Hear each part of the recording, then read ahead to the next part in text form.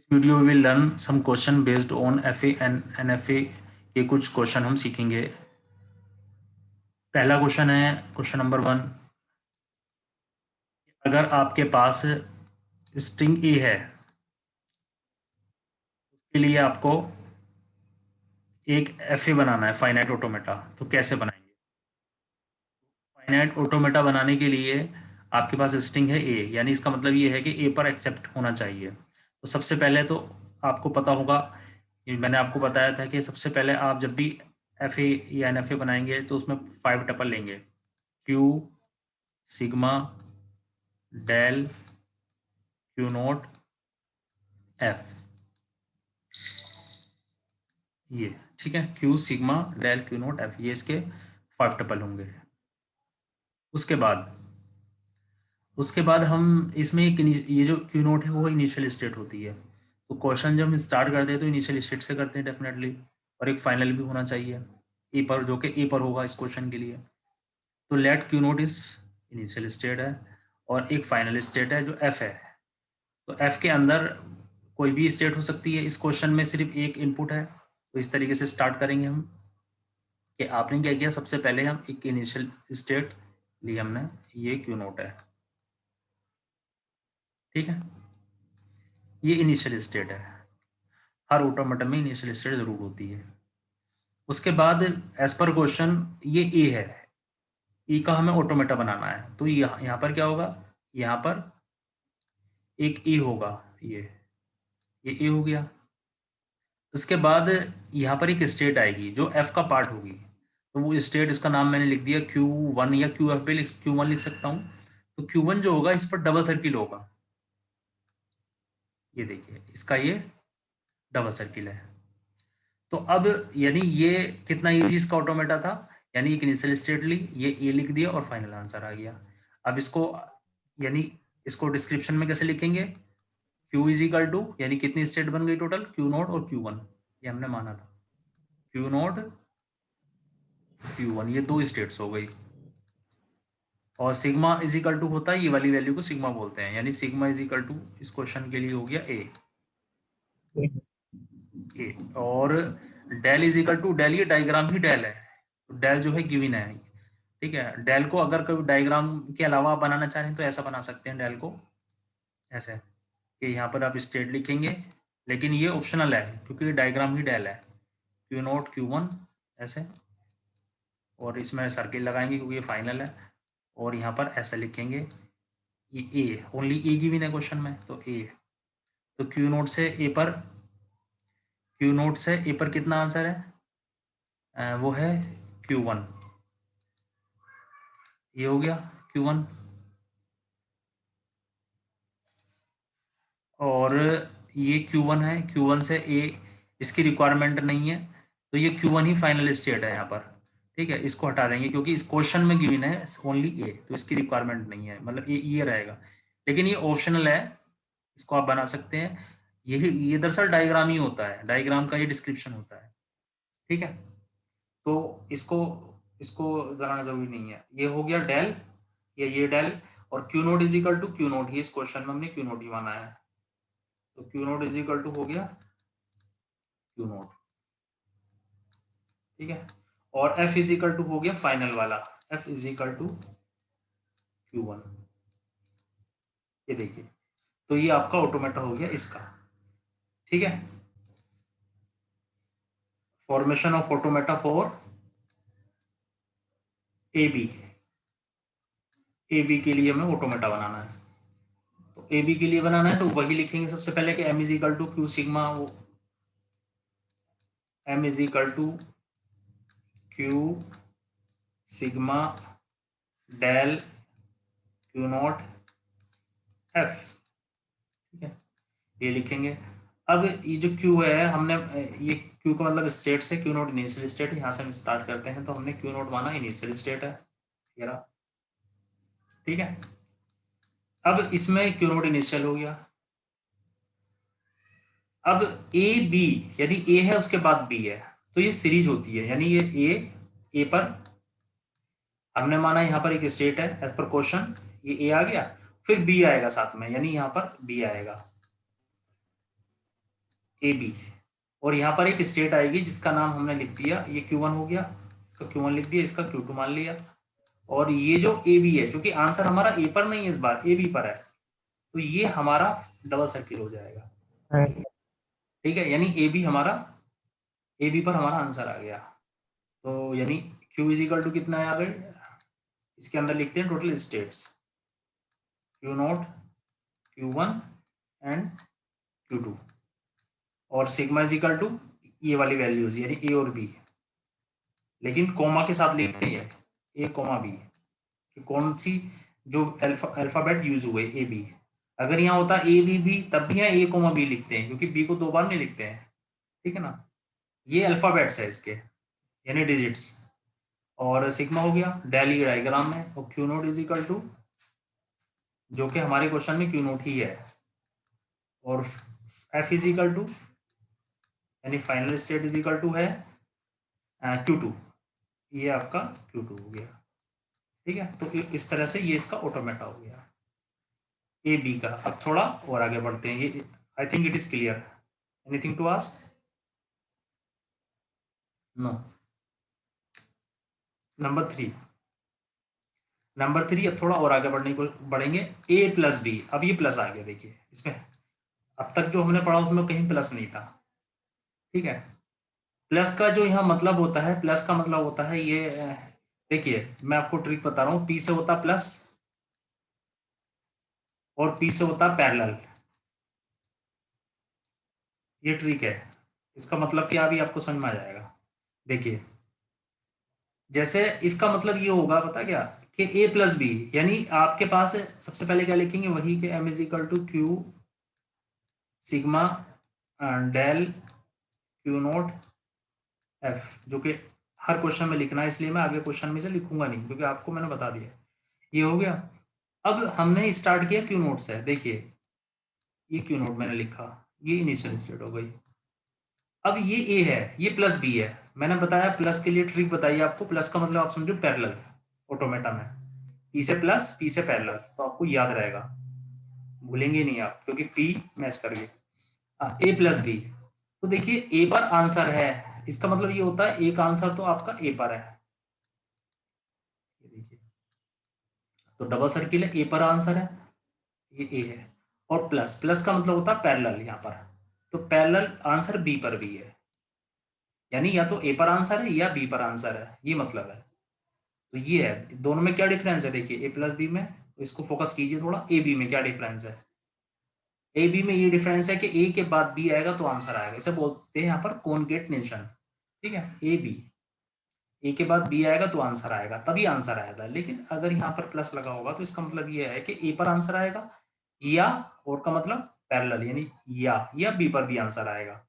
ठीक है, तो ये point it must be very much clear to you. ठीक है, तो Q इज इक्वल टू कितना आ गया, क्यू नोट Q1 आ गया, क्यू नोट कोमा Q1, और sigma is equal to A comma B आएगा, इसमें कोमा ही लगेगा हमेशा जितने अल्फाबेट यूज होते हैं, ए कोमा बी, इसमें ये क्योंकि ये डिस्क्रिप्शन है, सिर्फ ए और बी यूज हुए हैं, और सिग्मा ये डायग्राम हो गया, सॉरी डेल डायग्राम हो गया, Q naught is equal to Q naught हो गया, और फाइनल इज इक्वल टू कितना हो गया, Q1 हो गया, ये आपका फाइनल हो गया। ठीक है, तो ये इस तरह से ये डन हो गया। इसका ऑटोमेटा समझ गए कैसे बनाना है, ऐसा बनाना है।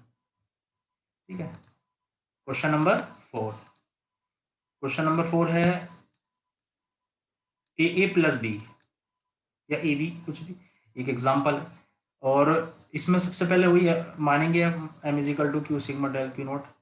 अब ए प्लस बी है, तो अब मैं शॉर्ट में बता रहा हूँ, अभी ये क्यू नोट है, अब समझ गए बाकी स्टेप क्या करना है।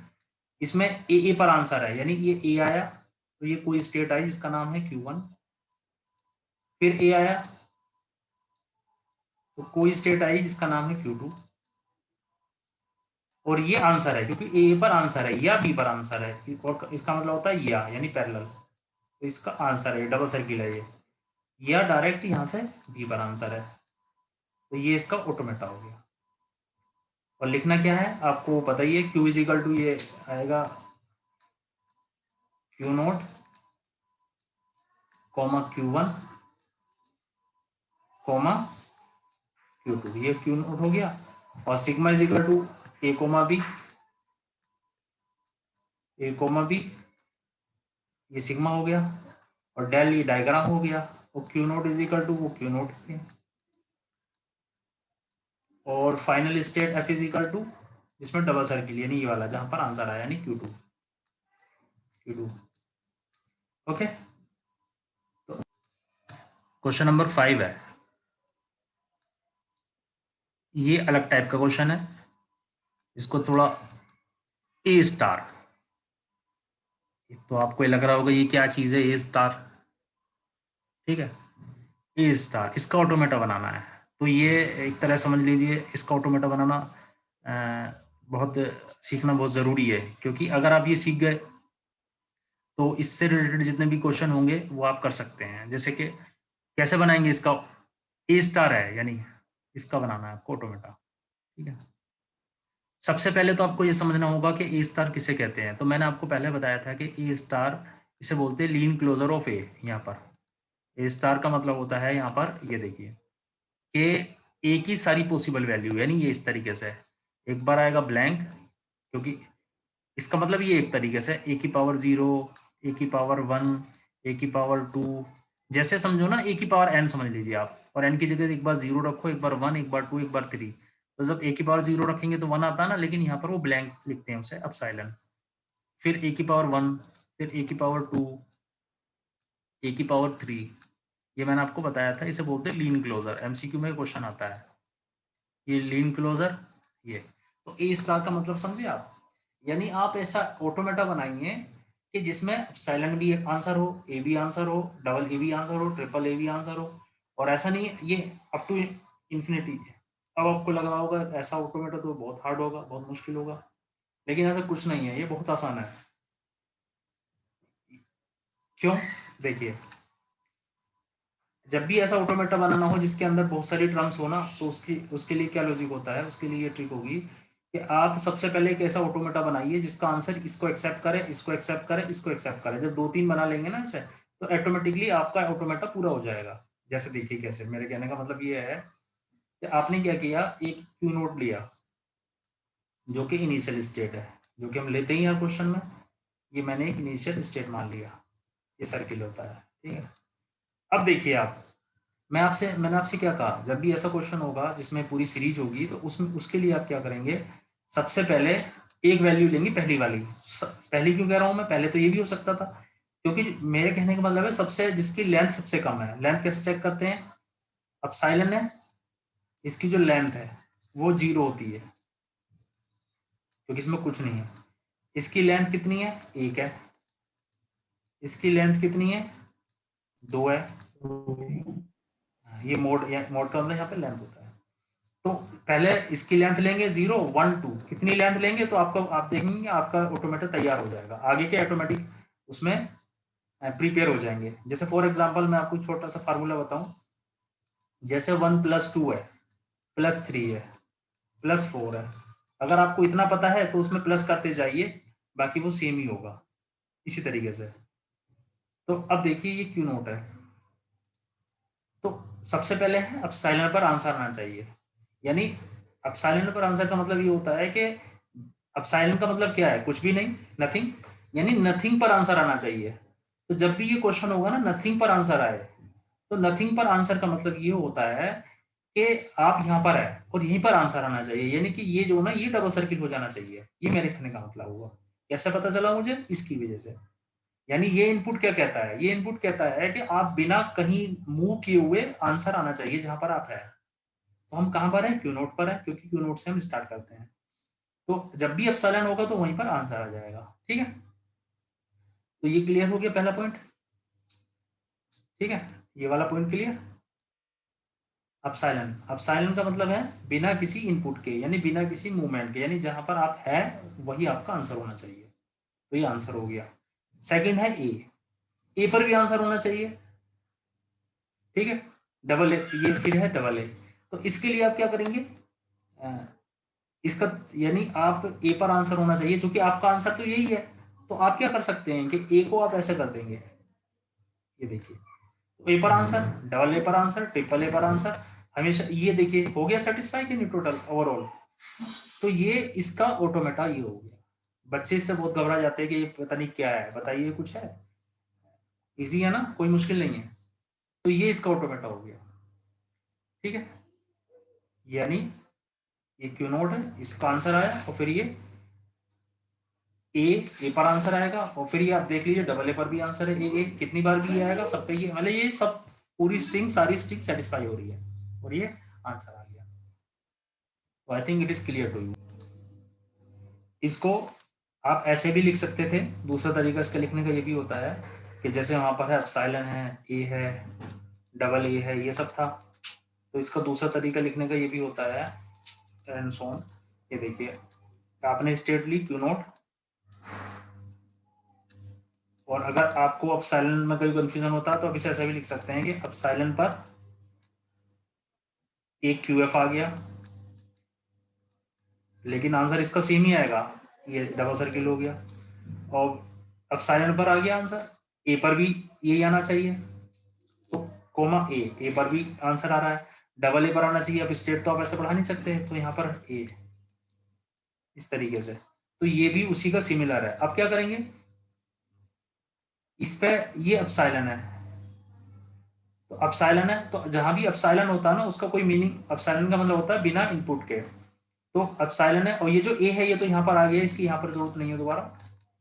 तो इसका मतलब ये होता है, जब ये डायग्राम होता है तो ये डायग्राम इसका इक्विवेलेंट बन जाएगा कि यहाँ जब भी एप्सिलॉन, देखिए हमेशा याद रखिए, जब भी कोई स्टेट है ऐसी कोई भी, ये तो छोटा क्वेश्चन है, अगर कोई स्टेट है और यहाँ पर एप्सिलॉन लिखा हुआ है और यहाँ कोई दूसरी स्टेट है, तो आप इन दोनों को ना एक ही समझिए, मतलब ये, इसको आप ऐसा लिख सकते हैं कि यहाँ से आप यहाँ पर पहुंच गए तो इसको ये मान लीजिए Q1 ही है, यानी Q नोट कुछ नहीं है, क्योंकि दोनों एक ही है, ये माना जाएगा, ठीक है ना। जैसे कि एक क्लास है इंटर, उसको 12th बोलते हैं, इस तरीके से दोनों एक ही है, इनमें कोई डिफरेंस नहीं है, इसका मतलब है none difference, difference is none, इसका मतलब होता है एप्सिलॉन का, ठीक है। तो इसको जब आप मर्ज करेंगे, इसी फार्मूले से ऐसा भी किया था, तो इनिशियल से लिया, इनिशियल इनिशियल होना ज़्यादा जरूरी है, इनिशियल फाइनल हो सकता है, जो इनिशियल स्टेट है वो फाइनल भी हो सकती है, तो इसको आप मर्ज करेंगे तो वो वही बन जाएगा जो भी मैंने पीछे लिखा था, क्यू नॉट मर्ज किया तो ये फाइनल भी बन गया, इनिशियल तो था ये, और यहाँ पर ए इस तरीके से आ गया, ठीक है। तो इसको अगर समझ में नहीं आ रहा कोई बात नहीं, इसको समझ लीजिए, ठीक है, वो सेम ही थिंग है, उसको अलग तरीके से हम बताने की कोशिश की है, ये एक ही बात होती है, ठीक है। तो इस तरह से ऑटोमेटा हम इसका डिजाइन करते हैं, ठीक है। Okay, question number 6 is A parallel B star, पहले इसका बता देते हैं और बाद में जो आगे अगर कोई स्ट्रिंग ऐड होगी तो वो इजी है, मतलब ये समझ में आ जाएगा तो वो भी आ जाएगा, पहले इसका बता देते हैं।